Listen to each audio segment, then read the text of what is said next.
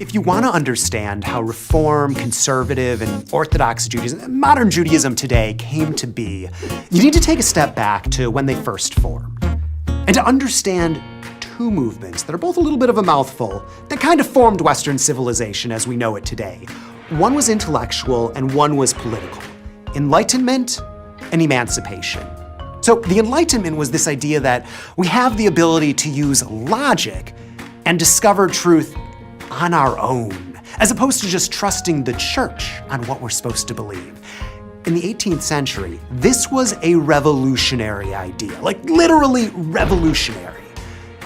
If the Protestant Reformation, which many say is the seat of the Enlightenment, sought to overthrow the Catholic Church's control of truth, the Enlightenment sought to overthrow the authority of religious leaders in general. The history here normally focuses on the French Enlightenment, as it was very important to the English and to the founders of America. But the Enlightenment in Germany, which was happening at the same time, was important to the Jews as it was more friendly to religion, or rather, what I would say, rational religion. God linked with the idea of morality and ethics. So Moses Mendelssohn, the star of our story, came to Berlin in the 1700s and became one of the figures of the Enlightenment. He was a socialite with other philosophers as well as an observant Jew. He gained broad respect through writing about the Enlightenment, and he used that respect to strongly advocate for Jewish emancipation, which is the other movement. It was a political and social one. It meant Jews gaining civic rights and becoming German citizens. Up until that point, Jews had a corporate status, so they interacted with the authorities as a group rather than as individuals. They paid for their taxes as a group. They'd only go to German courts if a matter couldn't be resolved at a Jewish one. Emancipation meant Jews being able to live where they wanted. It meant getting access to many more jobs through being able to join the guilds. It meant being able to go to a bunch more schools. So the hope was with emancipation, everything would be open. It was kind of a big deal. There was an ongoing debate in Germany over whether the Jews should be emancipated. Even though Jews had been there for centuries, they were viewed as outsiders because they had their own culture. They had their own laws, their own language, Yiddish.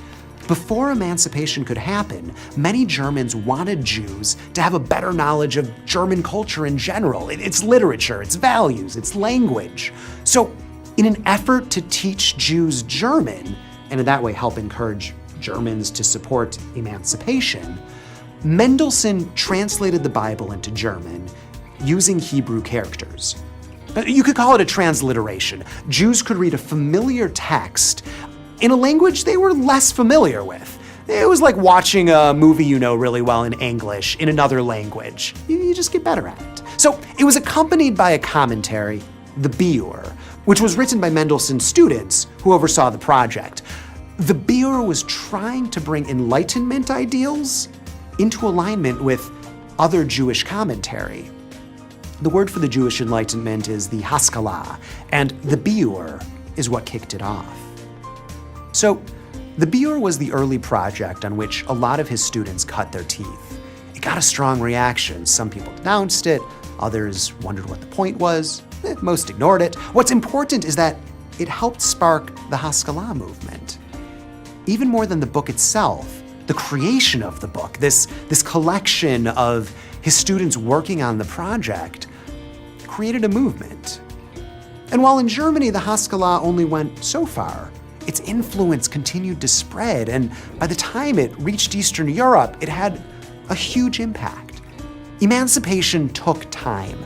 Government rulings are complicated. Napoleon was great for the Jews. Well, it was good for the Jews. Napoleon was good for the Jews. His departure was less good. My God, that's a simplification. But by 1871, with the establishment of the modern German state, the Jews were formally emancipated and remained that way until they lost their rights under the Nazis. Enlightenment, a new way to think, and emancipation, Jewish civic rights and economic opportunities, meant that the world had changed. It was now inevitable that the religious aspects of Judaism would change too. And it did. Reform, conservative, and in a way, Orthodox Judaism grew out of this. And to learn about the birth of the Jewish movements as we know them today, click to watch the next video.